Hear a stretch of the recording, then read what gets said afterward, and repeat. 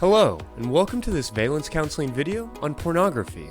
The Is Like series is all about finding shortcuts to understanding, whether you're interested in exploring these ideas for yourself, to better understand someone you love, or if you as a therapist are seeking better competency around issues of counseling, sexuality, or religious trauma. I'm Christy Powell, an LPC intern with Luminary Counseling. You can find more resources regarding this topic or information about me at vcatx.com. As pointed out by organizations like Fight the New Drug or anti-fappers, religious leaders, and health experts, pornography use can lead to desensitization, broken relationships, and medical and mental pathology. When you examine the data, however, a better picture comes to light that porn is like most any hobby, whatever we make of it. And that's why comparisons to addictive substances like heroin or caffeine really don't hold up. Instead, and you may have to just go with me on this for a moment, let's consider how pornography is like golf. It's a hobby that not everyone participates in, but most everyone is aware of. Like all hobbies, it can utilize incredible amounts of time, money, and energy. No matter how you use it or what it does for you, it's also a multi-billion-dollar industry with some concerning ethical challenges that we rarely consider. I should probably admit here that I don't actually play much golf, so I may be out over my skis and mixing my metaphors. That said, the why of our hobbies is rarely confusing, even if we rarely stop to consider it. Briefly, golf can be a source of personal fulfillment. It creates a place to get away from regular life, develop specific skills, and find an athletic release from stress and anxiety. Golf can also serve as a shared experience, an opportunity to spend time with our partner, or to participate in a larger culture, or even just cater to a friend's specific interests. Despite some of our social misgivings, porn can serve much the same role in our life. It enables us to pursue our own passions and interests, to give our partner a bit of space when releasing pent-up energy or stress, and can be a shared activity for our partner or other like-minded people, just to name a few. Now comes the part I know you've been waiting for, where I decry all of the woes pornography has done to the world. Let's start though by recognizing that golf, like most any hobby, can wreak havoc on our lives when it falls out of balance. When we become too wrapped up in something outside of the relationship, it can become a way of avoiding our relationship. Something that diverts or takes up all or just too much of our time, money, and energy, and can lead us to a state of withdrawal, collapse, or disconnection. There's nothing integral to the game of golf that ruins relationships, but we culturally and intuitively understand that avoidance, obsession, and waste can strain and challenge our intimate connections. Porn then, like other hobbies, can become, if not addictive, then a seemingly out-of-control obsession. When our thoughts constantly turn towards pornography, we can spend countless hours, dollars, and often our numbered daily ration of male orgasms on something that may not bring us any closer to our partner, leading us to disconnection and resentment. Again, there's nothing inherently dangerous about the activity, nothing addictive, immoral, or damaging, so long as we maintain balanced and ethical use. This idea may run counter to popular science and moral culture. For years, it was hard to open a magazine without learning about the supposed sex addictions of Wilt Chamberlain, Hugh Grant, or Tiger Woods. A quick search for porn addiction treatment quickly connects with hundreds of for-profit treatment centers and countless self-help books and programs.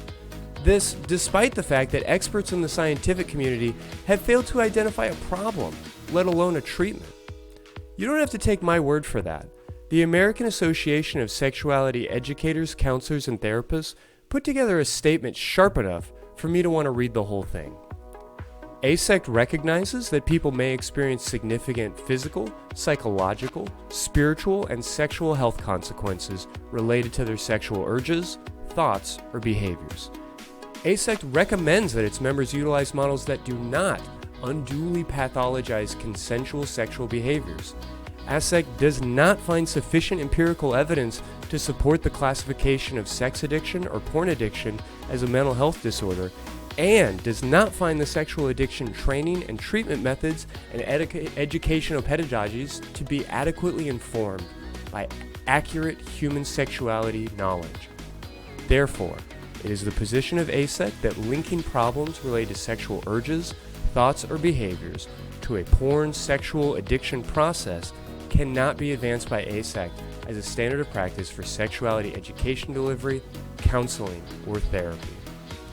You're also not going to find sex addiction in the DSM, because to include this as an addiction would require published scientific research that does not exist at this time. The lack of scientific backing, however, has failed to stop hand-wringing and moralizing of sexual behavior in nearly every aspect of life. While there are meaningful conversations to be had about healthy porn use, about who can access porn and how porn should be accessed, about ethical porn creation and distribution, these issues are no more unique to porn than they are to golf. And yet, we rarely shame people for carrying a bag of clubs or spending time and money at a specialty shop. Perhaps we should, since golf historically has been restricted to a select group of people. Interestingly enough, one thing we may notice when we look at the science and demographic data on porn consumption is how closely it mirrors the demographic information on golf. I don't mean to suggest that there is anything inherently concerning about a hobby being dominated by a particular demographic, but when we notice the privilege available to these groups, it becomes increasingly important to consider the right use of power and ethical consumption guidelines for both industries. Over 75% of golfers are male, compared to about 2/3 of porn users. More than half the users of either porn or golf are under the age of 34. An ethical golfing industry, then, requires equitable access to the sport, regardless of the player's social class, gender, or minority status. Traditionally, country clubs have resisted integration and to this day have, at best, mixed record of labor exploitation and class discrimination.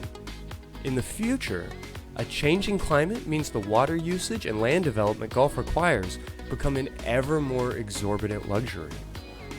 Likewise, there are very real discussions to be had about porn's heavy, straight, white male gaze.